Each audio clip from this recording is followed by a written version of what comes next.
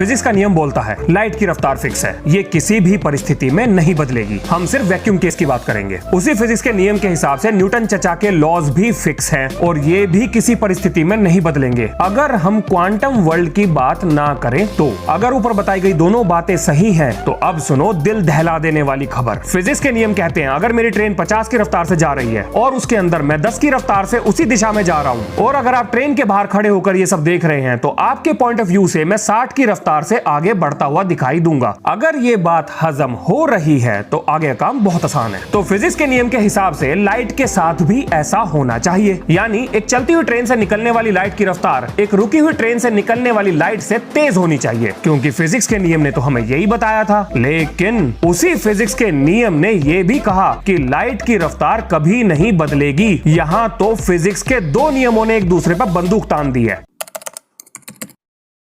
Physics का नियम बोलता है लाइट की रफ्तार फिक्स है, ये किसी भी परिस्थिति में नहीं बदलेगी। हम सिर्फ वैक्यूम केस की बात करेंगे। उसी फिजिक्स के नियम के हिसाब से न्यूटन चचा के लॉज भी फिक्स हैं और ये भी किसी परिस्थिति में नहीं बदलेंगे। अगर हम क्वांटम वर्ल्ड की बात ना करें तो अगर ऊपर बताई गई दोनों बातें सही हैं तो अब सुनो दिल दहला देने वाली खबर। फिजिक्स के नियम कहते हैं अगर मेरी ट्रेन 50 की रफ्तार से जा रही है और उसके अंदर मैं 10 की रफ्तार से उसी दिशा में जा रहा हूं और अगर आप ट्रेन के बाहर खड़े होकर ये सब देख रहे हैं तो आपके पॉइंट ऑफ व्यू से मैं 60 की रफ्तार से आगे बढ़ता हुआ दिखाई दूंगा। अगर ये बात हजम हो रही है तो आगे काम बहुत आसान है। तो फिजिक्स के नियम के हिसाब से लाइट के साथ भी ऐसा होना चाहिए, यानी एक चलती हुई ट्रेन से निकलने वाली लाइट की रफ्तार एक रुकी हुई ट्रेन से निकलने वाली लाइट से तेज होनी चाहिए, क्योंकि फिजिक्स के नियम ने तो हमें यही बताया था। लेकिन उसी फिजिक्स के नियम ने यह भी कहा कि लाइट की रफ्तार कभी नहीं बदलेगी। यहाँ तो फिजिक्स के दो नियमों ने एक दूसरे पर बंदूक तान दी है।